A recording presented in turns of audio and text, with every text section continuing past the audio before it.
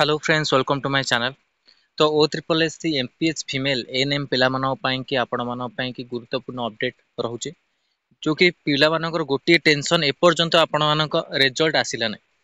आज 22 तारिख हे गला मु कहितली पिला माननकु कि ओ ट्रिपल एस सी ऑफिस को टिके जिवे विजिट करिवे।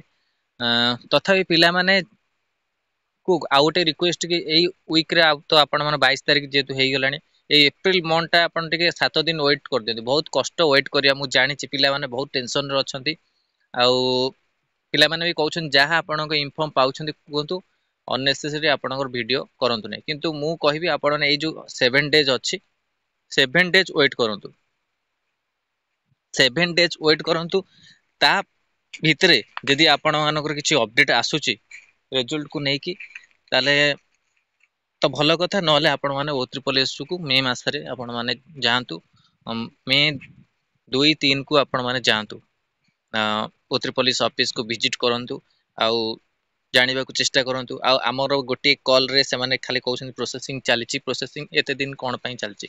आ गोटे कथा देखंतु आपणकर रिजल्ट मार्च रे आपणकर देखिला प्रोविजनल रिजल्ट पुणी आपण मानकर मार्च शेष बेलू को आपणकर डीबी पई कि देदेला माने ई की प्रकार प्रोसेस आपण चली जे एटा किछि भी जणा पडुनी।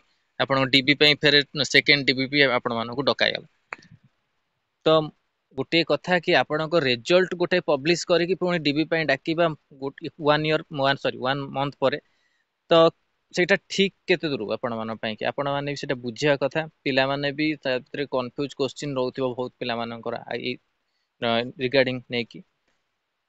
तो देखंतु वेट करिया समस्त पाई कष्ट पिला माने बहुत बारंबार आपनकर कमेंट सेक्शन आछि रिजल्ट केबे आछिबो पोस्टिंग केबे आछिबो रिजल्ट जे पर्यंत आसीनी पोस्टिंग हेइने तो आपण मानको वैकेंसी केमिति आछिबो वैकेंसी भी आसीबार दरकार। वैकेंसी सबु आपनकर डिपार्टमेंट जेंति फार्मासिस्ट रहिला नर्सिंग ऑफिसर मु दिल्ली रिसेंटली आपनकर काली ता सहित एएनएम पिला मानको परि अछि पोस्ट अवेलेबल अछि।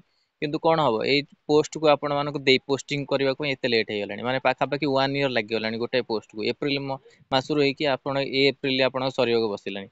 फेर देखंतु ए 7 डेज वेट करंतु कष्ट तो लागिवो 7 डेज भी बहुत 2 दिन भी वेट करिया पिला मानक पई सहज नुय। तो वेट करंतु 7 डेज वेट करंतु जदि भी आपनकर अपडेट आछि तो आपनको दिया जिवो रिजल्ट ऊपर जदि भी न आछि किछि पिला आपण माने ओ ट्रिपल एस विजिट करंतु पचारिया को बुझंतु आ रिजल्ट कोन पई आसुने एते काई लेट होउछ। एटा इंपोर्टेंट अपडेट थिले आपण मानक पई कि आउ नले एमती आपणकर बहुत लेट होउतिबो तो आपण मानक रिजल्ट आसे बहुत लेट हो पोस्टिंग दबक भी लेट हो।